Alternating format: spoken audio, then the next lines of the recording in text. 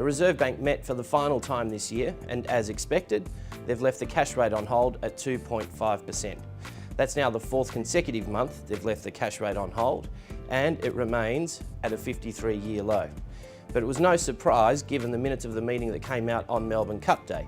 It looked as though they were very happy to stay put, and they were looking to see what was going to happen with the dollar at the time. But let's just have a look at the wholesale rates to see what was happening on that day.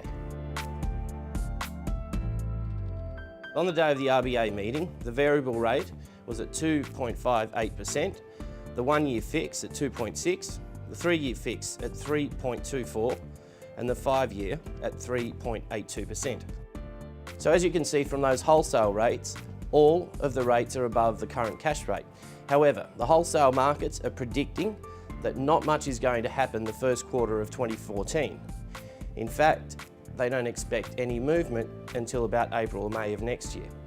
So, what happens in January? Well, the Reserve Bank take a well-earned holiday and come back in February. We won't see anything in January unless something dramatic happens around the world. It's not very often you'll hear me say this, but the RBA have done a wonderful job this year.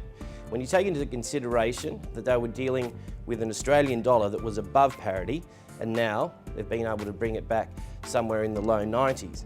They also had the property boom, and some were saying there was a bubble creating at the time. But they were dealing with auction clearance rates in the high to mid 80s. Now it's coming back down to the low 80s, and in Victoria in the 70s. So they've done a great job dealing with all these things with record low interest rates. So the RBA clearly believes they have everything they want in their Christmas stocking. So I hope you have a great Christmas. I'm Iggy Damiani, and I'll see you next year.